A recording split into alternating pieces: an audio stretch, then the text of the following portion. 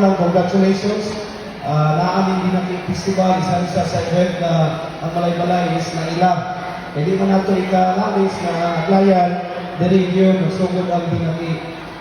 Kita na nagdako na naa ang dinaki during sa lakti sa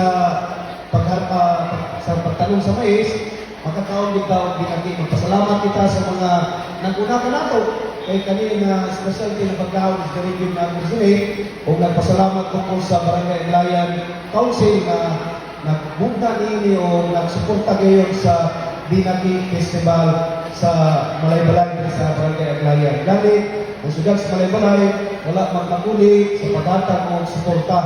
So magpasalamat kita sa kadakuan sa Balay-Balay sa tinuig na budget sa city government na bumbuan yun ang Dinaki Festival. Dali, gamay lang na budget ini last year, karon ni dako.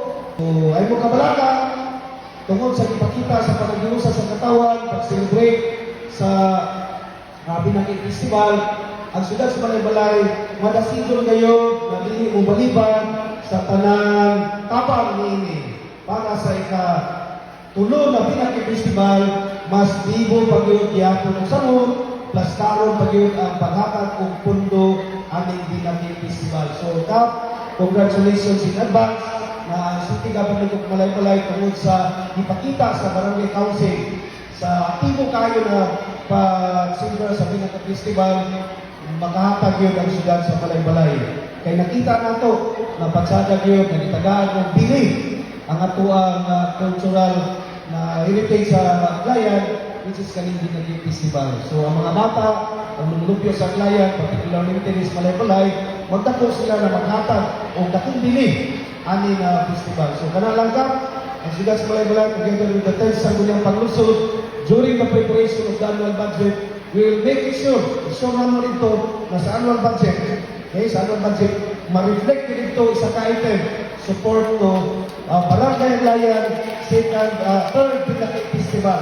Kaya alam sa kasayuran sa kanan yun, wow na po yung opportunity na ang dako kayo na backbone o trabaho sa mayor, sa mga konsyal, hindi sa kapitan o sa mga kagawad, ang pag-prepare yun sa tinig na kwarta sa siyudad, sa LGU. Sumogin na, kanalang, tunan lang na nato, na ang Balay-Balay, may kwarta na 2 billion.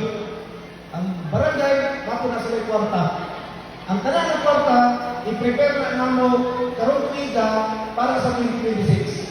So, ang 2026 na kwarta sa Balay-Balay, na-plaster na, i-prepare na sa mayor, at ipasa ko na sa Sangguniang Panglusod, istudyohan nila, aprobahan na yun. Mauna ang dagang sa atuang gobyerno. So, sa barangay ng kapitan, mag-prepare siya, i-review dahil sa mga kagawas barangay, pag ma-approve na, mauna rin yung bid niya kung saan paggasto sa buong na kwarta sa Balay-Balay. So, ayok, masantag na sa barangay ngayon. So, dagan kayo salamat na kayo. Mauna din na ang unong o bukok sa pagdumala yun. Inangan, kay balong, diunsa, pagplasta sa kwarta, dahil ikaduha, kung saan paggasto sa kwarta, inalan. Sa sunod na po sunod na po, maybe sa araw na to, i-explain ko na po na sa inyo. Okay? Maura na ang yabi. Sabot ko, Barangay Aglayan, maura ko na ang yabi na magpabilin na itong gobyerno, whether barangay o siyudad, limpyo. Kung ang katawan, makaibalogin siya sa basic yung kayo. Basic yung kayo, kung saan pang gobyerno. Ang tundo, kung saan pagplasta. Once again, congratulations, special mention ka kagawad, hindi kandirisa na, ang kandilasan na mau magigami ang motor, together with punong barangay Logyo Solda sa Dinaki Festival. Ay, huwag kabalaka, ang siyudad sa Balay-Balay, makanunayon, magsuporta sa Dinaki Festival sa Barangay Aglayan. Congratulations! Dahil sa mga iso.